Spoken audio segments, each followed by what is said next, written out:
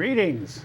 Welcome to a new episode of Art Matters. I'm your host, Wayne Quackenbush, and I was just informed that this is our 50th episode. So we have two artists to talk to today and see their work and find out more about them.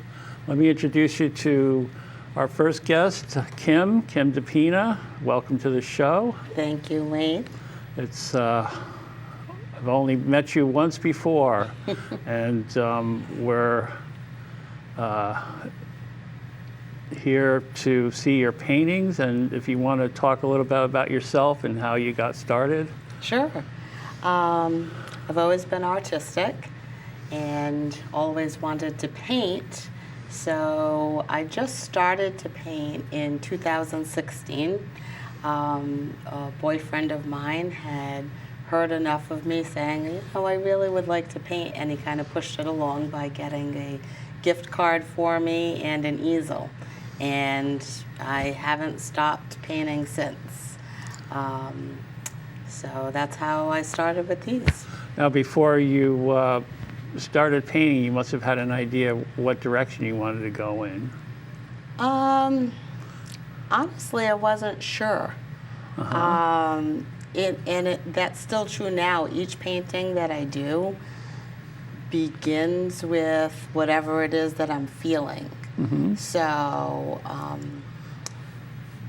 can I point to this one here? Yeah, if you want to start showing your work. Sure. Are we looking at this one? Yeah, we can choose this one here with the horse. Okay. This actually, I started out as wanting to paint a beach scene. Okay. And I wasn't feeling it, but I picked up a little bit of the orange color that I had in the sand and decided to make the entire canvas that color. Okay. And how I work is I'll sit there with whatever strokes are in the canvas from the paint, the colors, the swirls, and it's almost like a meditation where I start to see what's going to come into being. And I kept feeling and seeing a horse, and that's what I started with. So you basically grew the horse out of the background. Yes. And does the horse have any special meaning? No, I wouldn't say that there's any special meaning. It could be attributed to a special meaning for whoever's looking at it, Right, though. of course. So it was just something that I was feeling strongly. So, and then once I was finished or almost finished with the horse, I just went with that. It's just things come to me. So the horse came first, and then you added the flowers and, Yes. and other things later. Yes, exactly. But it's all organic. And is the beach still there?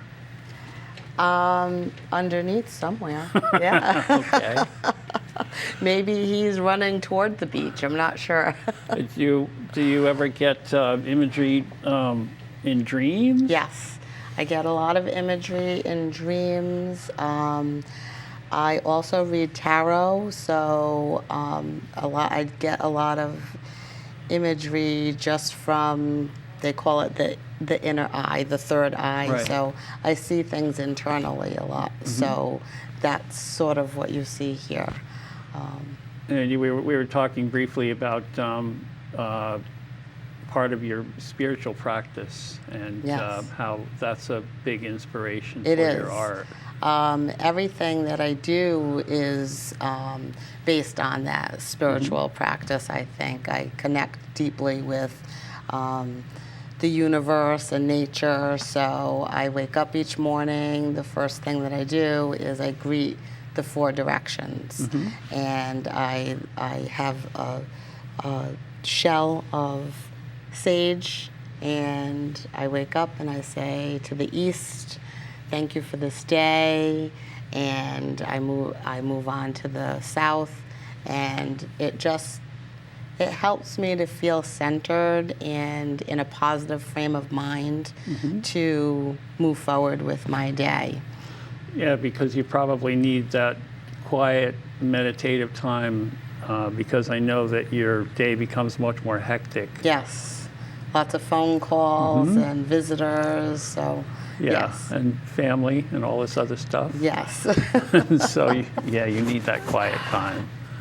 And you also pay attention to the seasons and probably the lunar. Yes, yeah. the lunar cycle. Yeah. I love the outdoors. I go walking a lot. So in a lot of my paintings, you'll see. If you want to talk about, you can talk about them in any order you want to, but we have to Sure. keep moving. Okay, yeah. This one here is called The Dream. And it started with this circle up at the top with the cheetah. And I had nothing else there, and it just started to develop little bits at a time.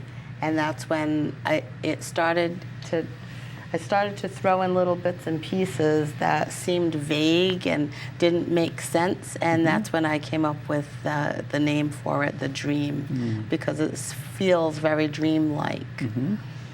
So Yeah, I mean, it's dreamlike in the not only the subject matter, but the color choices and the Yes. fact that gravity doesn't really seem to be a major factor. No, There's it's all not. sort of things floating, and again, you're evoking the air and the water and the moon and everything else. Yep.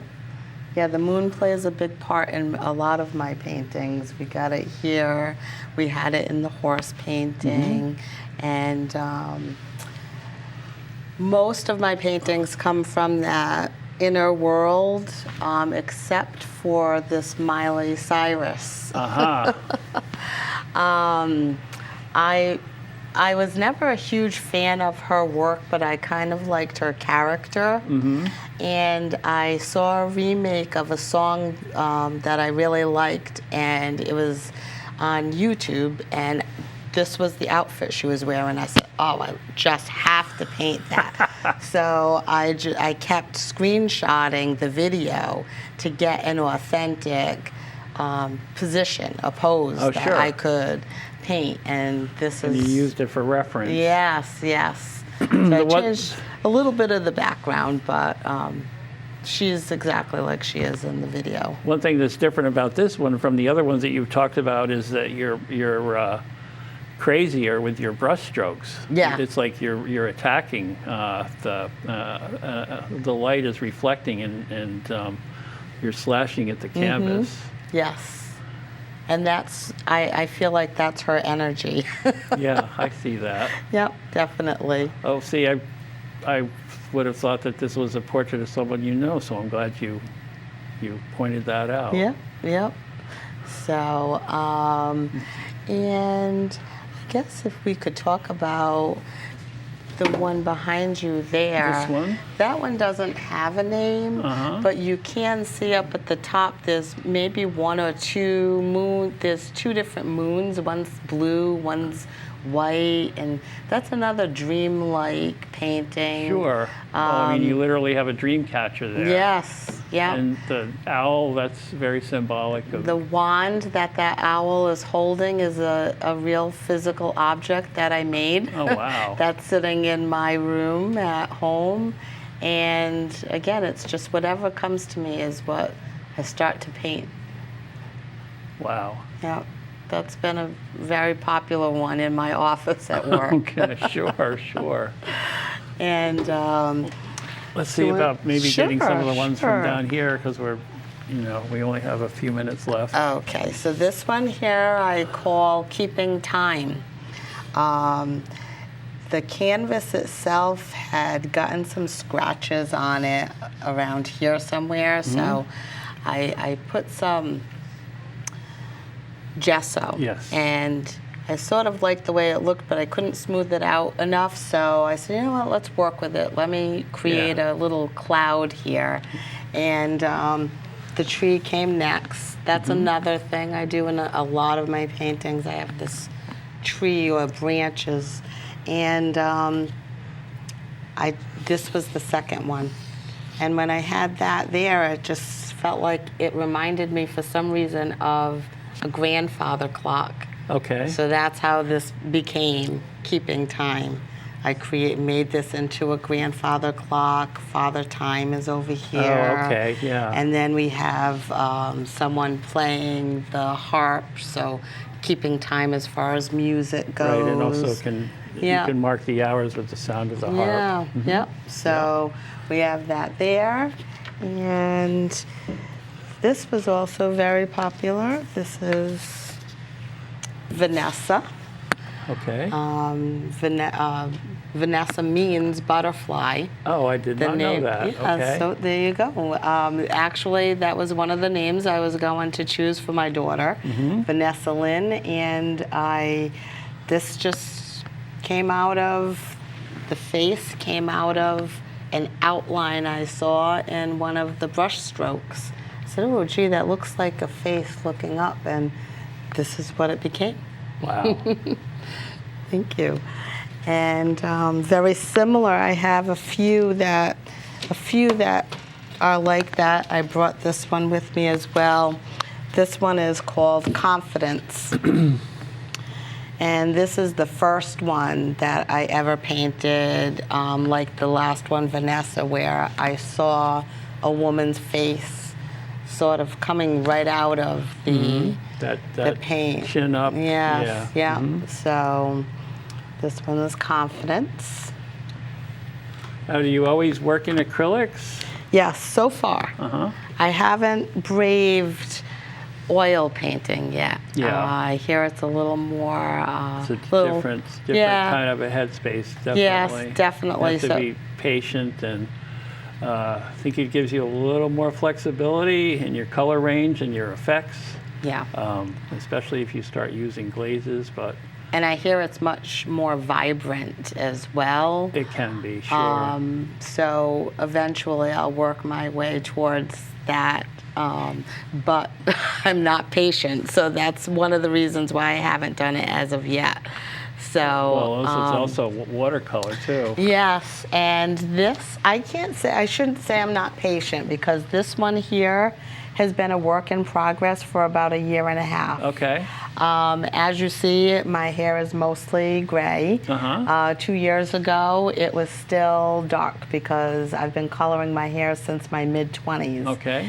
So this one, she started out with dark hair. That is me. And I decided it's time to fix her hair. And then I started taking out a few things here or there, and I had a tree behind her. I took that out.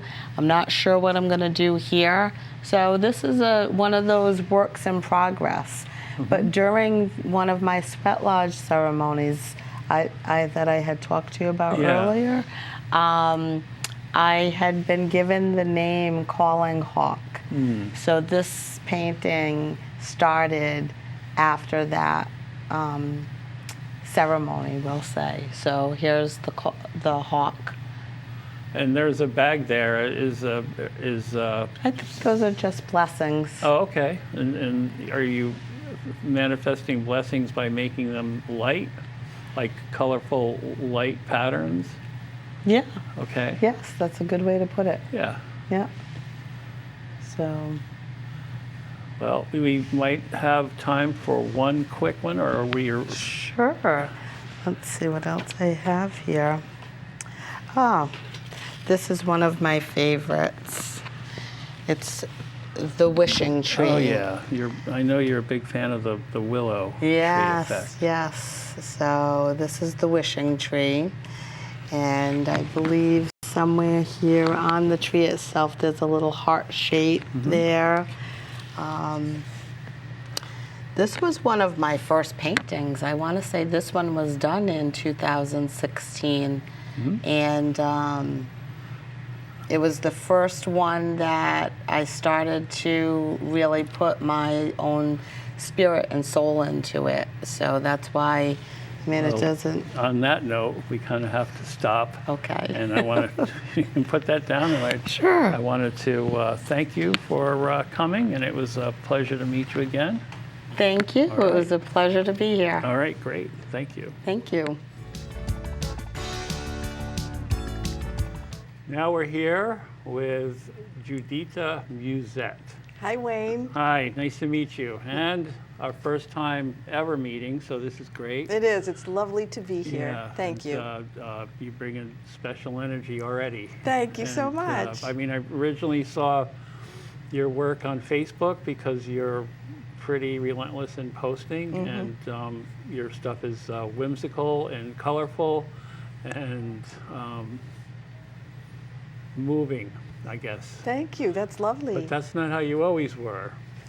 Yeah, it's so interesting, and the reason why I post so much of my work on Facebook is because otherwise no one would know what I'm doing. I'm very reclusive, and I work all the time, and that just ended up being a wonderful format for me to share what I'm up to.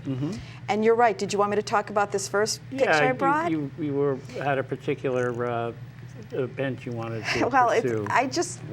when you invited me to come, you said it would be like a show and tell, and I thought, well, what do I have work to show and tell, but what is it that I can give a little storyline to it? So I thought I'd start by showing this first piece that I did. I went to RISD. I had from Kay, am I holding this in the right spot for you guys? You've got a vertical there, and great. you can Okay, see let's how it looks nice. on there. Yeah. This is a watercolor. I studied art at the Career Art School from the time I was 6 till 12th grade. And I had a great opportunity there to learn how to do watercolors and ceramics. And that Shall I was just keep this up? New Hampshire, yeah, while you're talking. In New Hampshire. And that really prepared me to go to RISD. I had a good portfolio to submit, and I got early acceptance. And I was very young, and this was the first painting that I did my freshman year at RISD. And you can see it's very representational, and I had that was the trajectory of my art career at that point, as I was very interested in how to do a photorealism, but very colorful photorealism. I had a huge portfolio, and at one tragic crossroads in my life, my portfolio got thrown into the trash, and never to be seen again. So when I started working after that, everything that I did was very, like, if I lost this, because the hours that I had lost of my life in that portfolio, you could never get it back. So I thought, well, first of all, I couldn't work for about 10 years. I couldn't pick up a pencil. And finally I said, well, let me just start working again, and it can be fun, and it can be lighthearted, and it doesn't have to be serious, and if anything happens to it, so be it. And that's how I started developing my new sensibility in my artwork, which has continued to develop over the years. So for the period that I couldn't do my visual art anymore, I really pursued my performing arts, and I worked with Big Nazo, and I performed at the Fringe Festival, etc.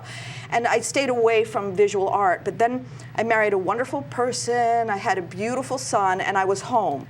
I knew that if I had a son, I would be home with my child. I wasn't gonna farm him out, so I started creating work at home with more like found objects and pieces from my childhood, and my whole world was inside of the four walls of my home. And I started creating these little mini universes that all existed within this little house that I was in, and when you open the doors, it's just a whole universe. Some of them are lighter, some of them are darker. I want everything to have movement. I want the colors. I started using some sparkles and reflective pieces so that as you moved, you had an interactive experience with the art. And that's how I started going down this path. This is one example. You didn't want your life wasn't being portrayed as drab because it had as much color and reflectivity. Exactly, it was just a different world. And this one I go, let's do launch instead of let's do lunch. Let's do launch. Okay. And it's just a little world Rocket in there. This is a little pot, cooking pot with something boiling over, a little chair. And there's the engine. It's a rocket ship. Yes. My world is launching me, even though it's all self-contained in these little tiny realities. So you're going for this photorealist effect to this kind of, they call it cognitive surrealism. I like that. Yeah, very therapeutic. I was listening to your previous artist, and I can relate to a lot to what she says because Sure. it's very meditative for me too. I don't do a discipline. You seem to also have a lot of dream imagery, maybe? Or? Yeah, again, pulling from within my own mind's eye. So I thought that was interesting because there was a parallels the way she approached her work and the way I approach mine. Yep. And so yes, a lot of imagery that comes from the surrealism of my own thinking process. Yeah. And so we went from this. I'm kind of fast forwarding. So all of this three-dimensional paint that I'm working with came from a clothing business that I ran for years, way back in the day when hand-painted sweatsuits were very popular, and I became I became like a little factory, and I realized that wasn't for me. I did not want to be a factory. Is this fabric paint, or is it? Do you see the 3D paint? It's a form of acrylic, right? It's all my work is acrylic. Yep. I'm allergic to oil-based anything, so I naturally, and I would come from a watercolor base. You know, that was my training. Yeah, sure. So this is very natural for me, but the addition of all of this texture, I just, you know, when I used to go to the museum as a kid, you can't touch the paintings, and I used to just want to so desperately. Oh yeah, you get in big trouble. I was trouble. But here we are. Now my paintings are a lot about texture. Now, are you using glazing, or is that just the paint? That's the paint. I do so many layers and layers and layers. When you hold it like that, I can see that it's almost sculptural. You have lines of color all through there. That's right. Yeah. And so color plays a huge part in my artwork because I find that colors are food for the soul coming in through your eyes. I know it affects me personally. Sure. Now, you're not using a brush to make those lines. They're little tubes. That's what like I little thought. cake decorating tubes, almost. I remember that, sure. Yeah. So that was that. Oh, here's another. So now we're heading in this direction. I'm heading and that back. One's very three-dimensional. And heading back more towards some sense, even though it's very whimsical and figurative, you know, I'm starting to create more realistic images. That's a real face. That's you know. So I'm starting to blend now my old world sensibilities with my new world sensibilities. But you're drawing with your tubes too. I am drawing with my tubes. I never put a pencil down. I really, like your other artist said, I don't know what it's going to be until I'm halfway there. Some pieces I have a real intention, and I'll take us fast forward to these pieces behind me. Sure. Because this is the next phase when COVID hit. Yeah. I really was affected by COVID. I was, again, isolated in my own world. My immune system is not what I would like it to be, so I really, really sequestered myself. And I started developing this whole series that was very reflective of my own inner experience of COVID. This was the first one that I did. Okay. So you can see, like, the idea of all being together was not good, right? So that's where the skulls and the death comes from. Now, I'm not thinking about this as I go into drawing these. These are like important images coming out of my subconscious mind. But aren't these like happy little viruses down there? They are happy. The more they get, the happier they are. You can tell they're happy because it's colorful. And that's also, thank you, that's also something that's very important to me is I want to have a sense of humor, and I want something that is really ugly, can I transform it into something beautiful? Oh, I know that feeling. Sure. Right? So that was COVID. It is an ugly image, but it's somehow beautiful in its profoundness. You can't be sad with that much orange. And so this one is Baby Godzilla. Nothing's Coming Up Roses. So this is now, I really liked these. I had a whole series of where there's these little mini planets or mini worlds. And this world had potential to be all roses, but little baby G comes along and just gonna stomp the S-H-I-T Yeah, but out of us. but he's a lovable little guy. We'll call him Tadzilla. He's Baby G. Are you using an underpainting? Are you putting down a color and then painting over it? Yes, I am. And the underpainting over and over and over is and over. that the There's underpainting? so many layers. But what's your base? What's your base color? Nothing. There's no formula to it. Okay, I know. But I mean, I knew I wanted to do something lush that represented life. So I started probably with the green. And also the complementary, right? Because you Yeah. got the green and the orange, Yeah. and that's got to pop, right?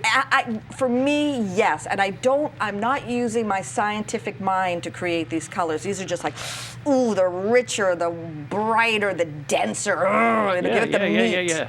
But it's still fun and playful. Yes. So then the next in the series, we did this one, which is, as you can see, things are opening up now, and there's hope, right? The bird is taking off from this thing that was once like this. We're now here. So there's already a transformation as the months and years go by.